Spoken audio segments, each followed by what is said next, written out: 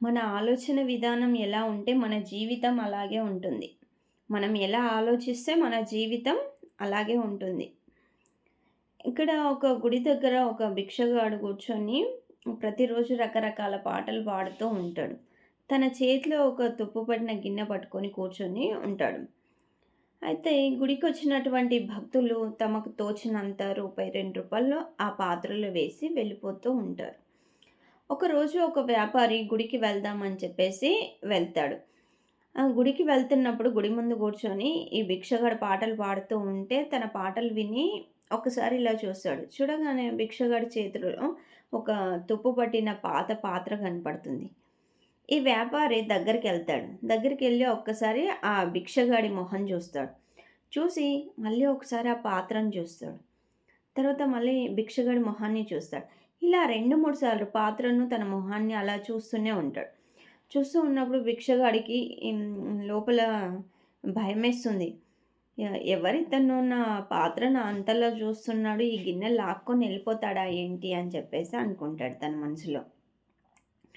వెంటనే ఆ వ్యాపారి తన జేబులో ఉన్నటువంటి ఆ డబ్బులను తీస్తాడు. డబ్బుల కట్ట తీసేసి డబ్బులు ఇలా లెక్క పెట్టేసి అందులో నుండి ఒక రూ. 2000 తీసుకొని భిక్షగాడికి ఇస్తాడు. ఇచ్చేసి నాకు ఈ పాత్ర ఇయ్యు అని చెప్పేసి అడుగుతాడు.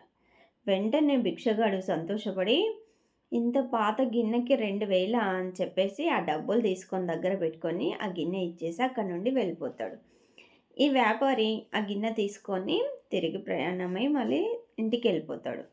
మరి ఇక్కడ మనం అర్థం చేసుకోవాల్సింది ఏంటంటే అంత పాత గిన్నెకు ఈ వ్యాపారి ఎందుకు రూ. 2000 పెట్టాడు అని అంటే ఆ భిక్షగాడి దగ్గర ఉన్నటువంటి ఆ పాత్ర బంగారుది. తను వ్యాపారి కదా! అందుకనే అది ఎంత పాతదైనా కూడా అది బంగారు గిన్నె అని చెప్పేసి గుర్తుపట్టిండు కాబట్టి దానికి రూ. 2000 ఇచ్చి ఆ గిన్నెని తీసుకొని వెళ్ళిపోయాడు. ఇక్కడ మనం అర్థం చేసుకోవాల్సింది ఏంటి అనంటే మనకున్నటువంటి ఈ బంగారం లాంటి బ్రెయిన్‌ని మనం ఎలా వాడుకుంటున్నాము.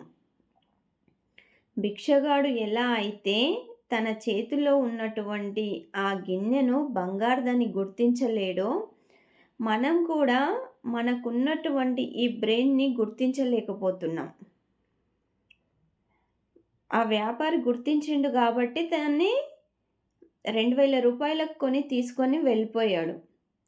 మరి మనం ఇక్కడ ఆ భిక్షగాడిలా గుర్తించకుండా మన జీవితాలను అక్కడే ఉంచుకుంటామా? వ్యాపారిలా గుర్తించి మన జీవితాలను బాగు చేసుకుంటామా అనేది మనమే ఆలోచించాలి. ప్రతి ఒక్కరికి ఆలోచించే శక్తి ఉంది. ఎలా ఆలోచిస్తున్నాము అన్న దాన్ని బట్టే జీవితం ఉంటుంది. అందుకనే జీవితంలో సరైన ఆలోచనలు చేసి మన జీవితాలను మనమే బాగు చేసుకోవాలి.